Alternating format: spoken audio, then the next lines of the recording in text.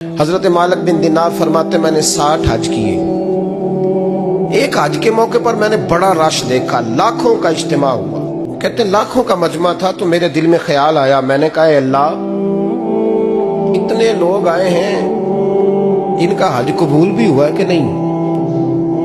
फरमाते मैं सोच रहा था तो रात को ना ख्वाब में मैंने किसी कहने वाले को कहते हुए सुना कि सबका कबूल हो गया।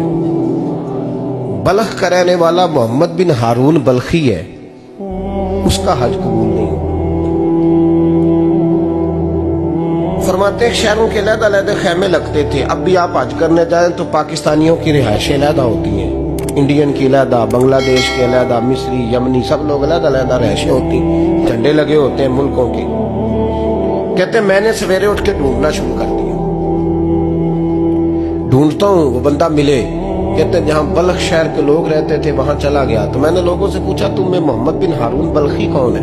लोग कहने लगे वो तो बड़ा नेक आदमी है, परहेजगार है, बड़े भोले भाले, बड़े अल्लाह वाले, रियाज आपको बस हम ही जानते, वो तो बड़ा नेक है, परहेजगार आदमी। तो मैंने कहा अच्छा कहाँ है। उन्होंने कहा पहाड़ के पीछे उसने खैमा लगाया हुआ है, सारी रात इबादत करता है, सारा दिन रोजा रखता है, कायमुल लैल है, साइमुद दहर है। क्या बात।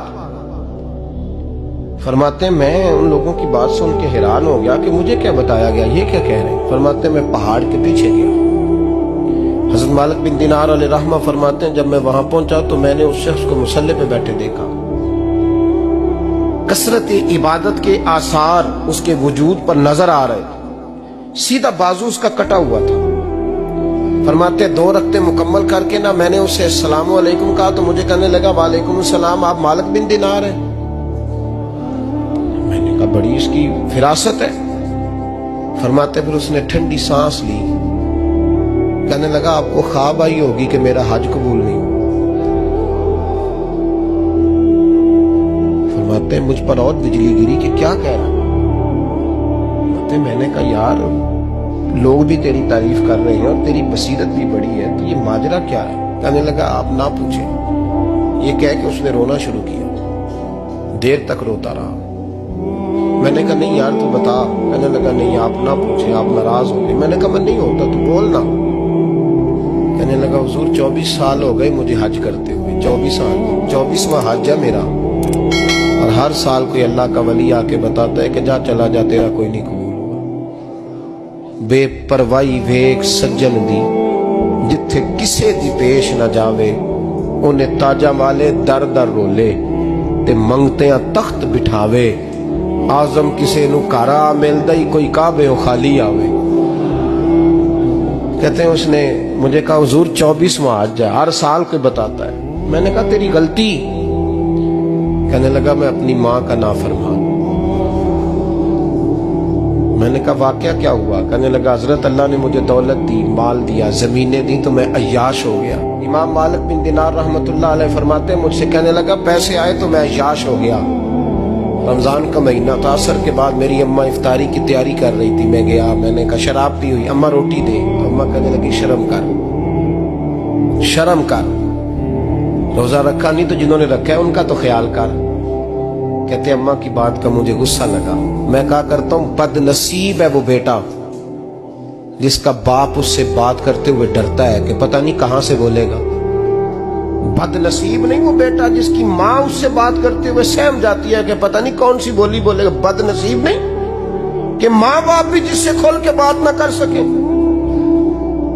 हजरत मालिक बिन दिनार से कहने लगा अम्मा ने जब कहा ना शर्म कर तो मुझे गुस्सा आया, मैंने माँ को थप्पड़ मारा और मेरी माँ जलते हुए तंदूर में गिरी। लोगों ने मुझे पकड़ के अंदर बंद कर दिया कमरे में। सारी रात मैं शोर सुनता रहा पर नशे में धुत रहा। सवेरे आंख खुली तो मेरी बीवी बैग बांध रही थी। मैंने कहा कहाँ जा रही हो। कहने लगी जो माँ का नहीं बना मेरा कैसे बनेगा। मैंने कहा मेरी अम्मा का वो तो लोगों ने रात को ही दफन कर दी जनाजा पढ़ के। तड़प के कहने लगा मुझे क्यों नहीं बताया। तो कहते हैं लोग कहने लगे तेरी मरती हुई माँ कह गई थी इसे मेरा मुंह ना देखने देना। मेरे जनाजे के करीब ना आए। हजरत मालिक बिन दिनार फरमाते हैं जब उसने ये बात सुनाई तो मैंने भी उसके मुंह पे थप्पड़ मारा। میں نے کہا تو اسی قابل ہے. کہتے ہیں وہ رونے لگا, حضور دعا کرے اللہ مجھ سے راضی ہو جائے. کہنے لگا جب ماں کی انتقال کی خبر ملی تو میں نے کلاڑی لے کے وہ ہاتھ کاٹ دیا جس سے ماں کو مارا تھا. میں نے ساری جائیدادیں خیرات کر دی. 24 سال ہو گئے, 24 سال. ساری رات نماز پڑھتا ہوں, روزہ رکھتا ہوں, حج کرتا ہوں, پر ہر سال کوئی آ کے کہتا ہے جا دوڑ جا, تیرا کوئی نہیں قبول ہوا. حضور دعا کرے مالک راضی ہو جائے. فرماتے میں تھپڑ مار کے آ گیا. میں نے کہا تجھ سے راضی ہو جائے اتنے ظالم سے. امام مالک فرماتے رات کو آ کے سویا تو مجھے خواب میں رسول پاک کا دیدار ہوا. تو نبی پاک علیہ السلام نے فرمایا مالک تو اسے مایوس کیوں کر رہا ہے, اللہ تو بڑا مہربان ہے. کہا حضور ماں کے نافرمان کو معافی کیسے ملے گی؟ تو امام مالک فرمانے لگے نبی کریم نے فرمایا جا اسے جا کے بتا دے تجھے قیامت میں تیری ماں کی وجہ سے بخش دیا جائے گا.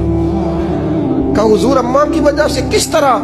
تو محبوب فرمانے لگے اس کی ماں قیامت میں اس کے خلاف مقدمہ دائر کرے گی رب کریم کی عدالت میں, اے اللہ میں نے 9 ماہ پیٹ میں رکھا, درد سہ کے اسے جنا, جگر کا خون پلا کے پالا, اور اسی نے مجھے قتل کیا.